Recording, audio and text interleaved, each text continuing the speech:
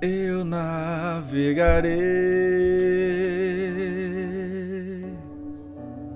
no oceano do Espírito, e ali adorarei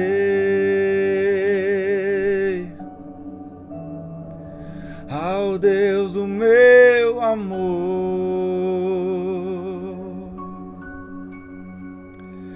Eu adorarei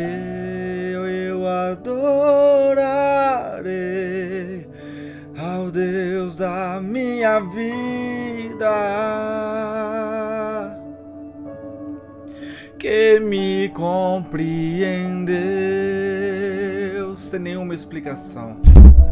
Sem nenhuma explicação.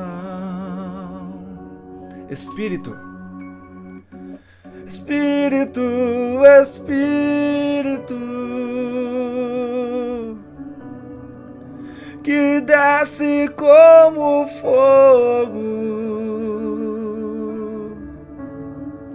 vem como em Pentecoste e enche-me, Senhor. E enche-me de novo, Espírito, Espírito, Espírito, Espírito, que desce como fogo, vem como em Pentecoste e enche-me, Senhor. E enche-me de novo. Aleluia. Que Deus abençoe. A paz de Deus esteja sobre cada coração, sobre cada vida e família.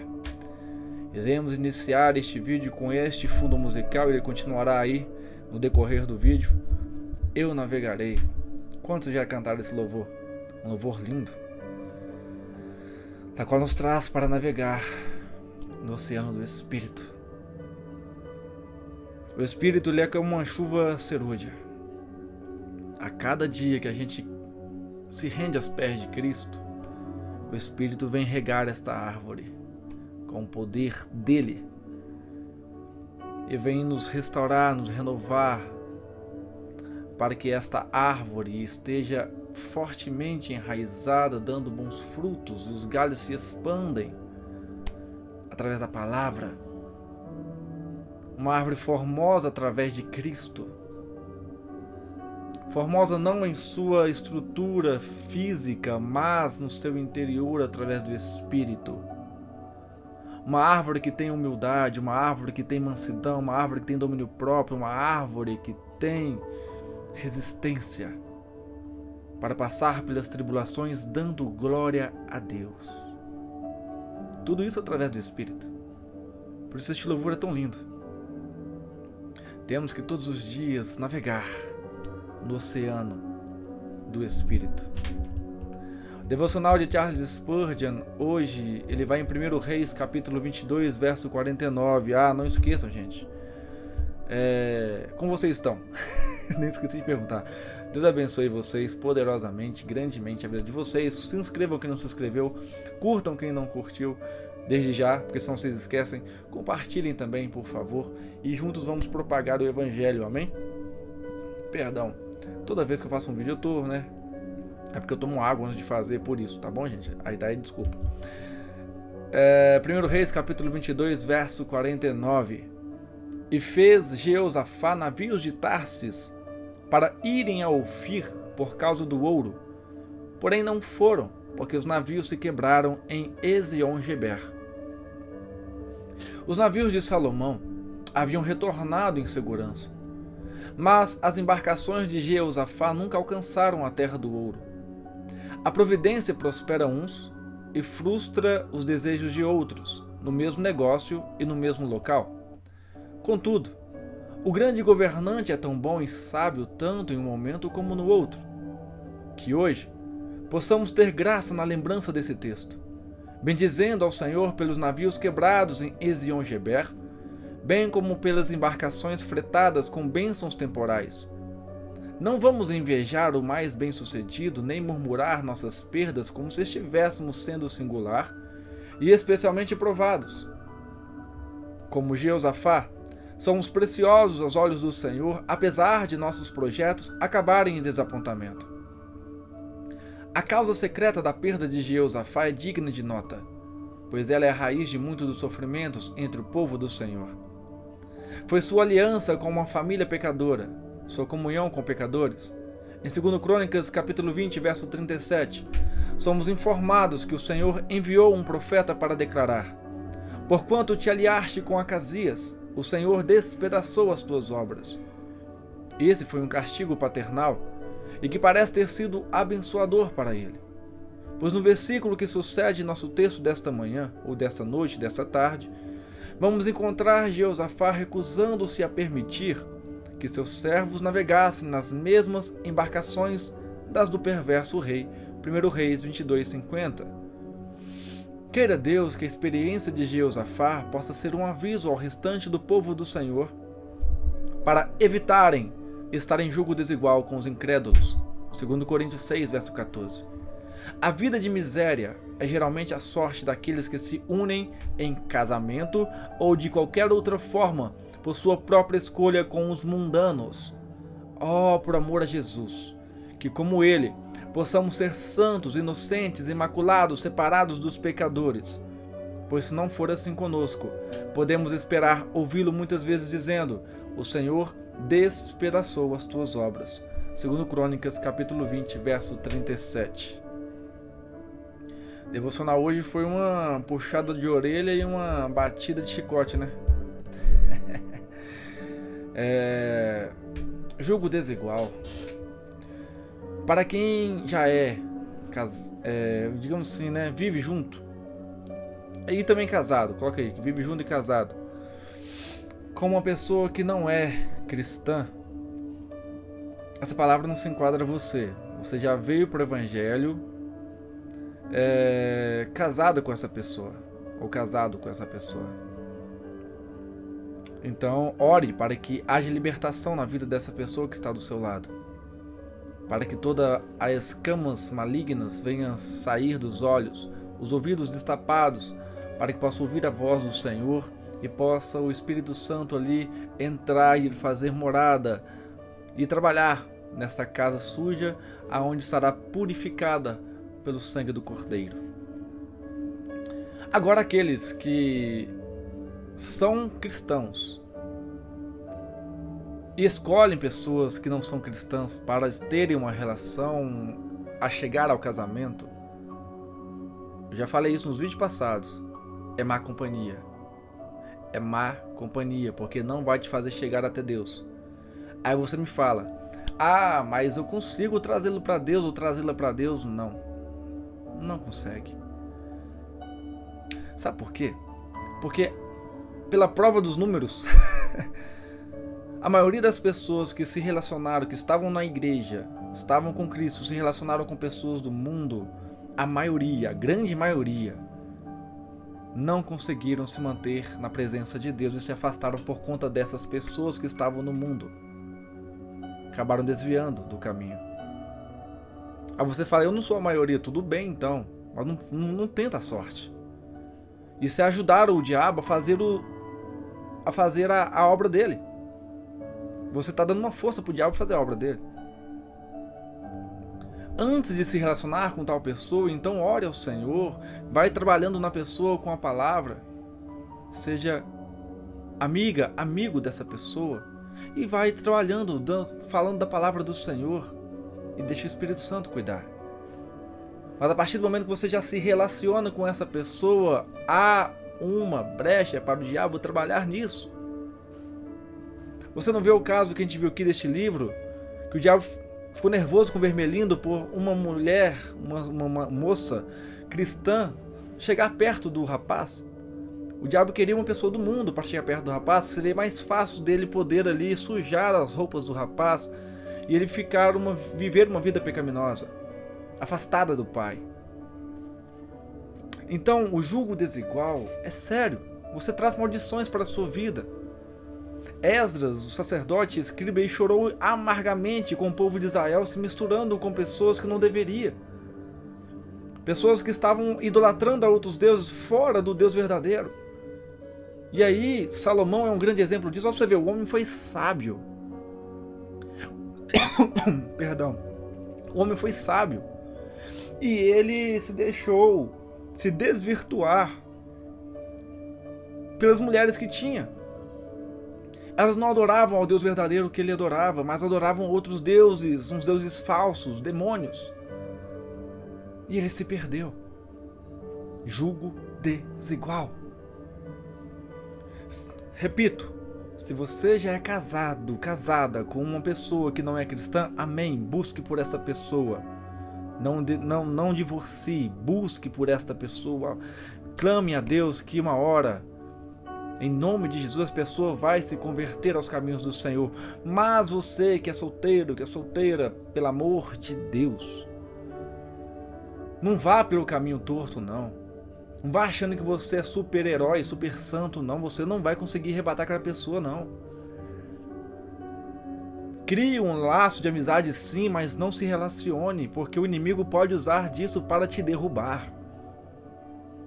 E aí as bênçãos que Deus tem para a sua vida vai ficar no reino celestial, não vai descer, não. Porque você vai estar em desobediência com a palavra. Santo, luz, grave isso, luz não se mistura com trevas, trevas não se mistura com luz. Então, jugo desigual não é para cristão. Cristão tem a função de ajudar pessoas a encontrar o caminho da luz, que é Jesus. Então leve a palavra. Não se relacione, mas leve a palavra. E se for de Deus esta relação futura, então pode ter certeza que o trabalhar de Deus vai acontecer na vida dessa pessoa. Mas aguarda, tenha paciência. Não seja apressado, não seja apressada. Continue com seus joelhos no chão orando por essa pessoa. Porque Deus há de libertar se for da vontade e do querer dele. Deus não quer que nenhuma alma se perca e todos venham até ele. Então só cabe a esta pessoa escolher o caminho. Já falei sobre isso nos vídeos anteriores, sobre as escolhas, o caminho certo e o caminho errado. Só basta essa pessoa escolher. Amém? Então, não ande em julgo desigual. Não ande em julgo desigual. Não ache que você vai conseguir trazer a pessoa para Cristo estando relacionado com ela, não. Vai ser mais fácil você sair do caminho de Deus do que ela vir.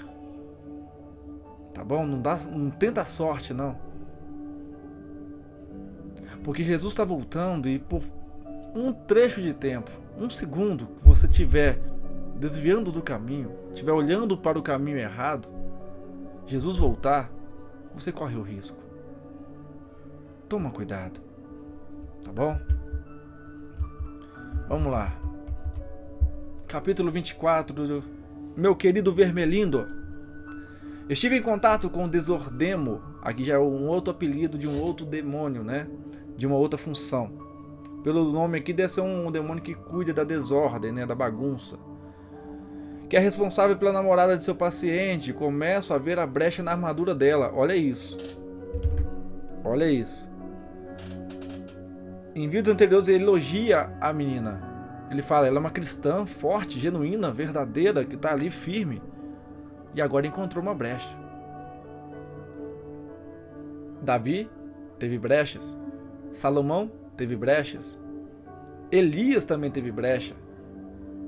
Moisés teve brechas. Pedro teve brechas. Quantos e quantas tiveram brechas na palavra do Senhor, onde o inimigo entrou e tentou destruir a vida dessas pessoas? Ou seja, você e eu não somos santões, não. Nós não somos intocáveis, não. Se a gente vacilar em nossos desejos e emoções, o inimigo vai ter brecha à vontade para poder, nos derrubar. Como derrubou vários na palavra do Senhor, mas eles se reergueram novamente, se arrependendo, se voltando para Deus. Então tome cuidado com as suas emoções, tome cuidado com os seus desejos. Tá bom? Toma cuidado. Olha aí, o inimigo encontrou brecha na menina. Vamos lá, vamos ver o que aconteceu. Trata-se de um pequeno e discreto vício. Olha isso, vício discreto, que ela compartilha com quase todas as mulheres que cresceram em um círculo de pessoas inteligentes, unidas por uma crença claramente definida. Consiste na pressuposição bastante despreocupada de que os que estão de fora e não compartilham dessa crença são, com efeito, bastante estúpidos e ridículos. Os homens que costumam encontrar-se com tais pessoas que estão de fora não se sentem da mesma maneira. A autoconfiança deles, quando existe, é de outro calibre. A dela, que ela supõe advir da fé, é em grande medida consequência dos ares que ela respira nas redondezas.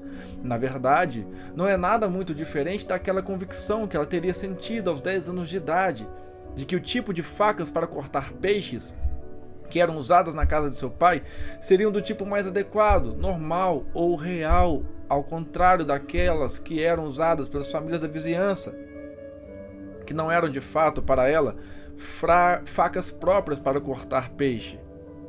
Agora o aspecto de ignorância e de ingenuidade em tudo isso é tão grande, e o aspecto de orgulho espiritual tão pequeno, que nos dá pouca esperança em relação à garota. Mas você já pensou sobre como isso pode ser usado para influenciar o seu próprio paciente? É sempre o principiante quem exagera. A pessoa que ascendeu na sociedade é excessivamente refinada. O jovem estudante é pendante.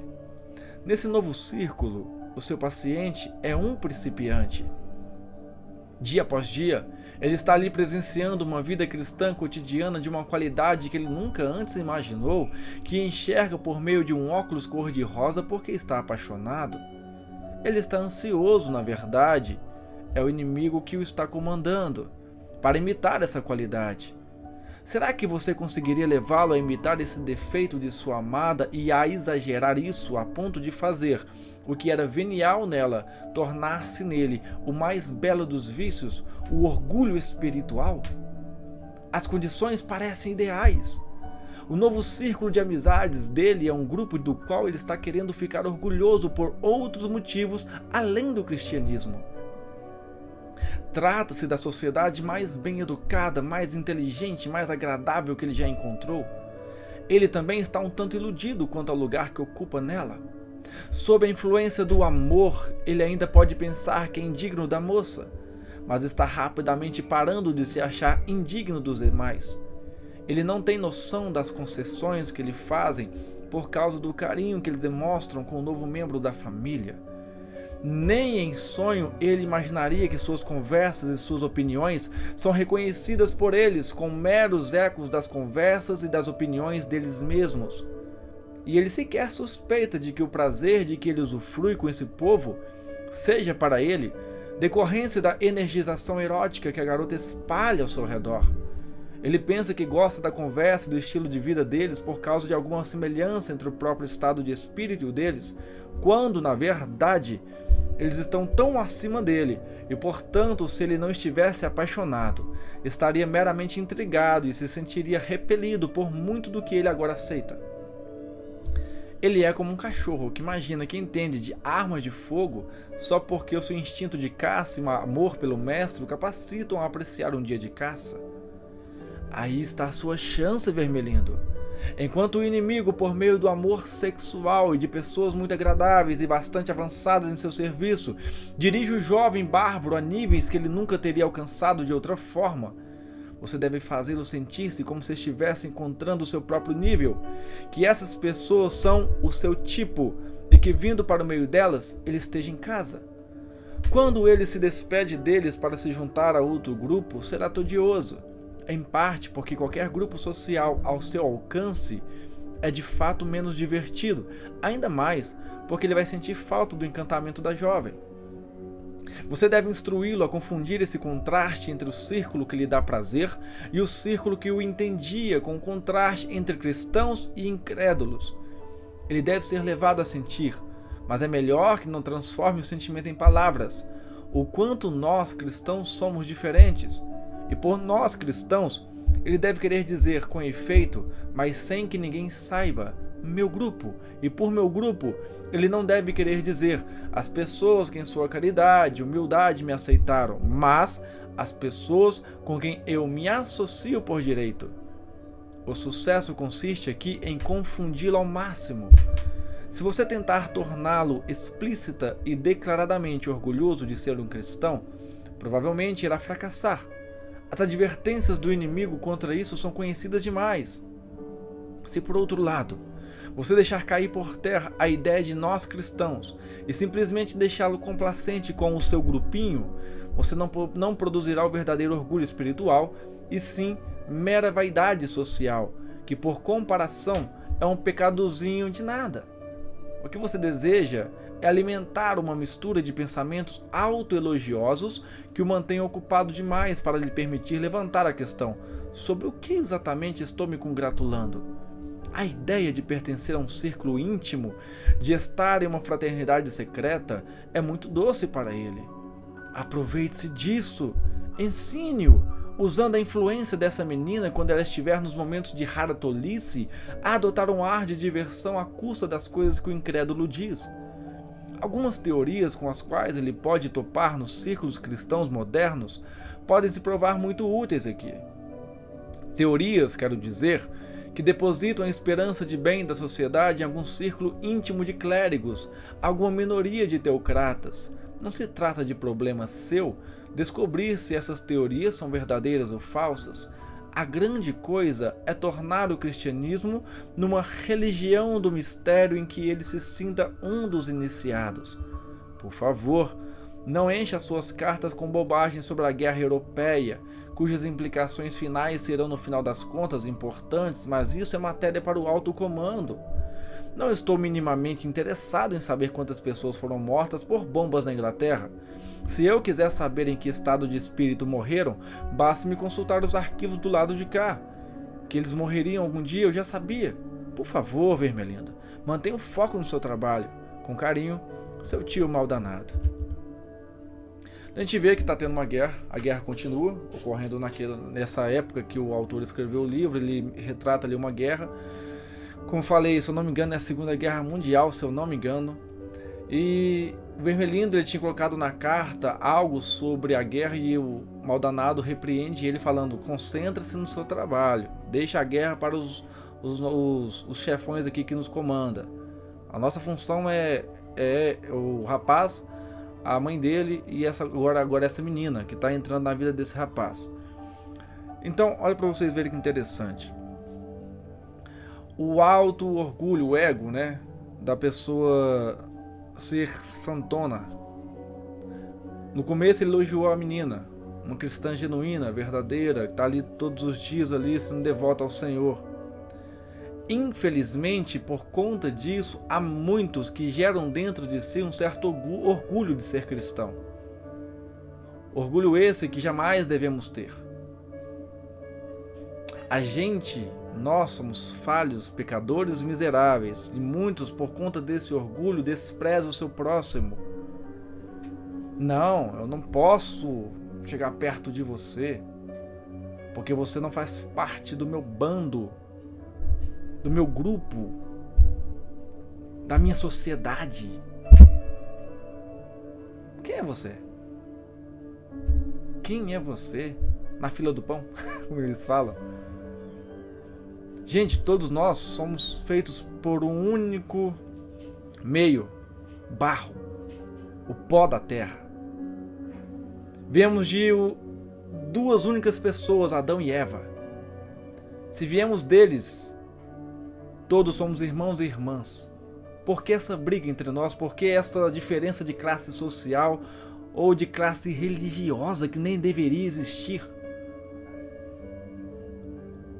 O rapaz deste livro, por ele estar convivendo com essa menina super religiosa, super cristã, digamos assim, ele está aprendendo coisas com ela em sua tolice, às vezes quando ela fala, desce na hora de se esbanjar, ser cristã demais, ele está aprendendo coisas que nem deveria aprender. Assim, fazendo separação meio que exagerada dele com certas pessoas. A Bíblia não nos manda afastar das pessoas do mundo, nos manda chegar até elas para trazê-las para Cristo. A questão é não se misturar com o que elas fazem. Quando fala não se assente na roda dos escarnecedores, é você não se misturar com o que elas fazem. Mas você tem que estar ali perto delas para levar a palavra. Jesus sentou com um cobrador de impostos. Jesus chegou perto de uma prostituta. Jesus ele andava junto com vários pecadores, mas ele não se misturava com o que eles faziam, mas ele pregava a verdade, ele estava ali para levar a salvação, a libertação, a cura. Assim como nós também. Não é porque temos Cristo, somos filhos de Deus, que temos que ser maior que os outros, não, jamais. A gente reconhece a nossa fraqueza, por isso nos chegamos aos pés de Cristo. As pessoas que ainda não estão aos pés de Cristo não reconheceram quão falhos são. Não reconheceram quão fracos e miseráveis são, porque nós somos assim. Nós somos fracos, miseráveis, dependentes de Deus. Nada somos sem Deus. Mas infelizmente há muitos em nosso meio que deturpam isso. Trazem uma santidade exagerada. Acaba olhando por cima e julgando cada um que chega perto. Olha lá, tá andando errado. Olha ali o que tá fazendo. A Bíblia manda a gente orar um pelos outros e amar um ao outro, não ficar ali tacando pedras. Então, se é para tacar pedra, chega perto da pessoa e corrige ela na palavra. Ô irmão, ô irmã, ô fulano, você está errado. De acordo com a palavra, de acordo com Cristo, você tem que andar assim, assim, assim. Por favor, não faça mais isso. Vá com amor. O tempo das pedras já passou. Vivemos em tempo da graça. E no tempo da graça, Deus nos dá sabedoria para poder aconselhar essas pessoas. A repreensão do nosso Pai para conosco, ela é muito bem-vinda, porque ela nos ensina a caminhar com Deus, a estar mais próximo de Deus. Então, as pessoas têm que parar com essa coisa de ser santonas demais. E o diabo usa isso. Ele usa isso. A pessoa vai alimentando esse orgulho, esse ego de ser cristão e o diabo usa isso. Fazendo com que essa pessoa ataque outras e essas pessoas atacadas, elas generalizam todo o povo cristão por conta disso. Ah lá, me atacou, todos são assim, todos são iguais. Não. Não.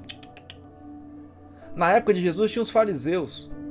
Jesus, presta atenção, Jesus e os discípulos dele e os fariseus. Os fariseus andavam nesse grupo que eu estou te falando, dos santões. Eram os bambambãs, porque meditavam na Torá, porque eram conhecedores da lei, e aí julgavam quem passava. Se amostravam perante o povo. Nós somos superiores a vocês. Nós somos filhos de Deus, vocês não. O que é errado. Aí veio Jesus, e eles não se misturavam com o povo pecador. Veio Jesus, trazendo junto com os discípulos, ensinando os discípulos ao quê? Se misturar com o povo no sentido de levar a palavra, levar a libertação e a salvação. Levar o amor de Deus até essas pessoas. Mostrando para elas o erro, aonde estão errando, aonde estão pecando, aonde que Deus não agrada. E aí elas chegam até Cristo, chegam até Deus e são transformadas pelo poder da palavra. Jesus, por ele ser Deus, ele é Deus, ele poderia muito bem ser nariz em pé perante o povo. Mas ele não foi. Ele foi humilde. Sentou em meio à multidão. Comeu junto com o povo. Jesus se misturava com o povo. Ele não fazia acepção de pessoas. Então por que você que se diz cristão fica fazendo acepção de pessoas? Para com isso, tá feio. Deus não se agrada disso. Deus abomina isso. Ele quer que todos nós nos reunimos em amor fraternal e preguemos a verdade e a palavra dele. Então para de fazer acepção de pessoas como os fariseus faziam. Nós temos que ser como Jesus, imitadores de Cristo. Ir até as pessoas, não se misturar com o que elas fazem, não fazer o que elas fazem, mas pregar a palavra, amá-las do jeito que elas são e pregar a palavra. É o Espírito Santo quem vai trabalhar no coração delas, assim como tem trabalhado no meu e no seu. É o Espírito Santo. Não forçamos nada a ninguém, é o Espírito Santo quem trabalha. O nosso dever é plantar a semente, é plantar a palavra, é pregar o Evangelho.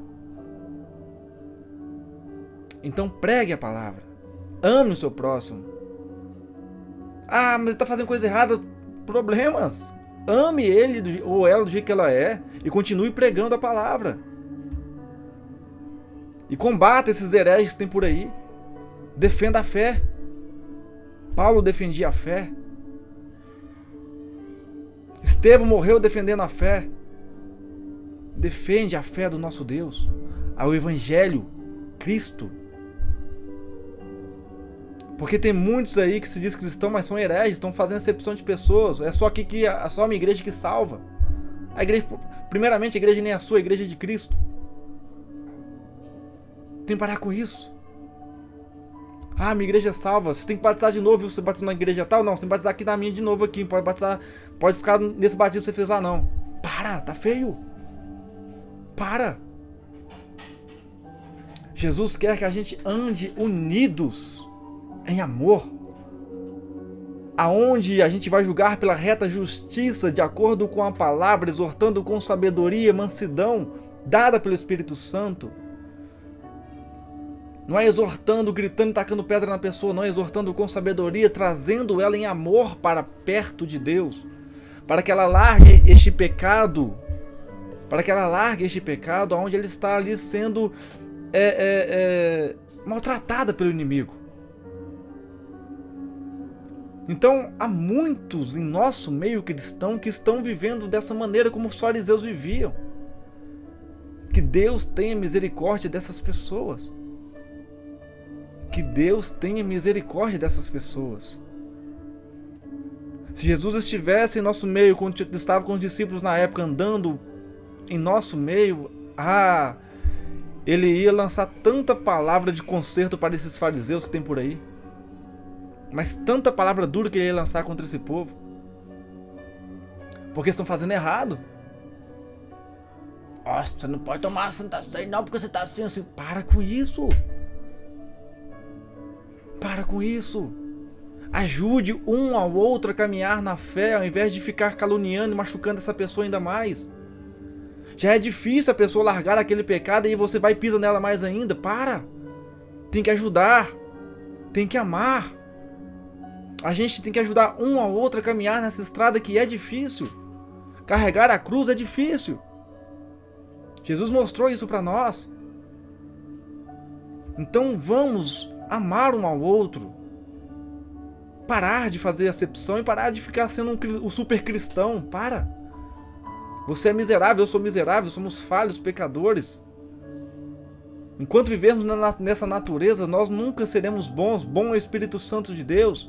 É Ele que nos torna bons. Amém?